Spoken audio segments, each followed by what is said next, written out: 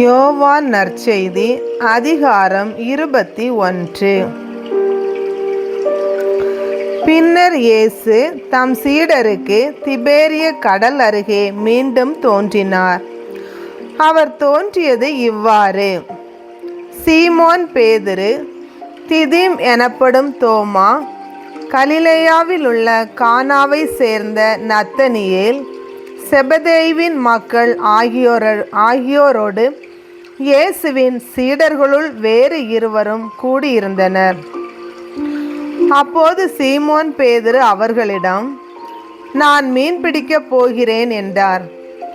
அவர்கள், நாங்களும் உம்மோடு வருகிறோம் என்று போய் படகில் ஏறினார்கள். அன்று இரவு அவர்களுக்கு மீன் ஒன்றும் கிடைக்கவில்லை. ஏற்கனவே விடியற்காலை ஆகியிருந்தது. இயேசு கரையில் நின்றார். ஆனால் அவர் இயேசு என்று சீடர்கள் அறிந்து கொள்ளவில்லை. இயேசு அவர்களிடம், பிள்ளைகளே, மீன் ஒன்றும் படவில்லையா என்று கேட்டார். அதற்கு அவர்கள், இல்லை என்றார்கள். அவர், படகின் வலப்பக்கத்தில் வலை வீசுங்கள், மீன் கிடைக்கும் என்று அவர்களிடம் கூறினார். அவர்களும் அவ்வாறே வீசினார்கள். மீன்கள் மிகுதியாய் அகப்பட்டதால் அவர்களால் வலையை இழுக்க முடியவில்லை. இயேசுவின் அன்பு சீடர் அதைக் கண்டு பேதுருவிடம், அங்கு நிற்பவர் ஆண்டவர்தாம் என்றார். அதை கேட்டவுடன் தம் ஆடையை களைந்திருந்த சீமோன் பேதுரு ஆடையை இடுப்பில் கட்டிக்கொண்டு கடலில் குதித்தார். மற்ற சீடர்கள் மீன்களுடன் வலையை இழுத்து கொண்டு படகிலேயே வந்தார்கள். அவர்கள் கரையிலிருந்து வெகு தொலையில் இல்லை, ஏறக்குறைய 100 மீட்டர் தொலையில்தான் இருந்தார்கள். படகை விட்டு இறங்கியவுடன் கரியினால் தீ மூட்டி இருப்பதையும் அதன் மீது மீன் வைத்திருப்பதையும் அவர்கள் கண்டார்கள். அங்கு அப்பமும் இருந்தது. இயேசு அவர்களிடம், நீங்கள் இப்போது பிடித்தவற்றில் சில மீன்களை கொண்டு வாருங்கள் என்றார். சீமோன் பேதுரு படகில் ஏறி வலையை கரைக்கு இழுத்தார். வலை நிறைய பெரிய மீன்கள் இருந்தன. அவற்றின் எண்ணிக்கை 153. இத்தனை மீன்கள் இருந்தும் வலை கிழியவில்லை. இயேசு அவர்களிடம், உணவருந்த வாருங்கள் என்றார். சீடர்களுள் எவரும் நீர் யார் என்று இயேசுவிடம் கேட்க துணியவில்லை. ஏனெனில் அவர் ஆண்டவர்தாம் என்று அவர்கள் அறிந்து கொண்டார்கள். இயேசு அவர்கள் அருகில் வந்து அப்பத்தை எடுத்து அவர்களிடம் கொடுத்தார். மீனையும் அவ்வாறே கொடுத்தார். இவ்வாறு இயேசு இறந்து உயிருடன் எழுப்பப்பட்ட பின்பு தம் சீடருக்கு இப்போது 3ஆம் முறையாக தோன்றினார்.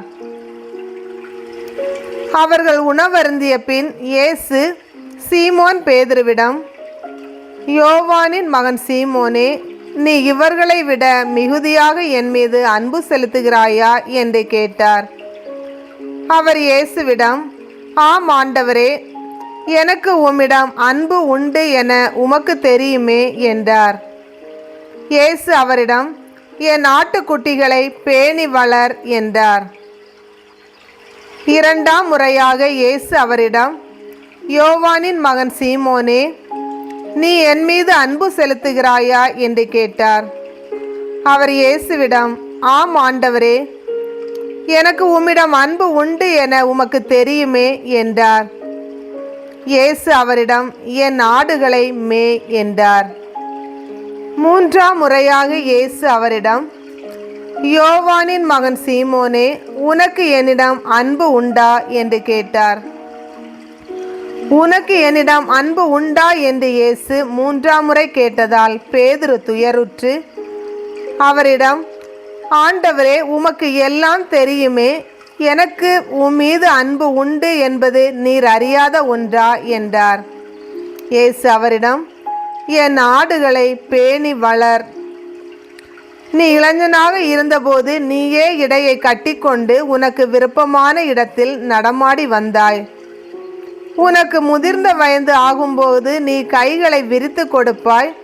வேறொருவர் உன்னை கட்டி உனக்கு விருப்பமில்லாத இடத்திற்கு கூட்டி செல்வார் என உறுதியாக உனக்கு சொல்கிறேன் என்றார்.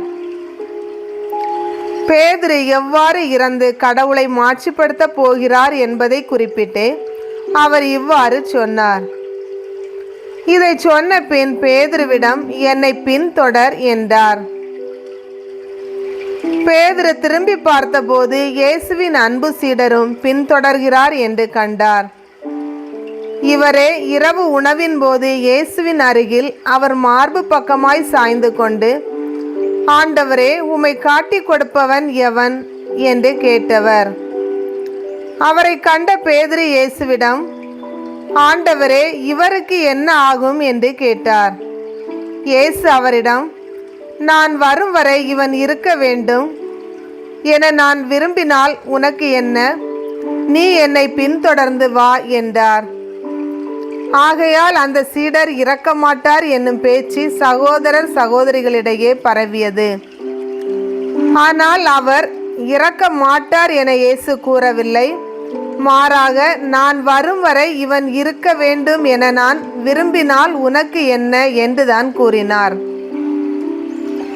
இந்த சீடரே இவற்றிற்கு சாட்சி. இவரே இவற்றை எழுதி வைத்தவர். இவரது சான்று உண்மையானது என நமக்கு தெரியும்.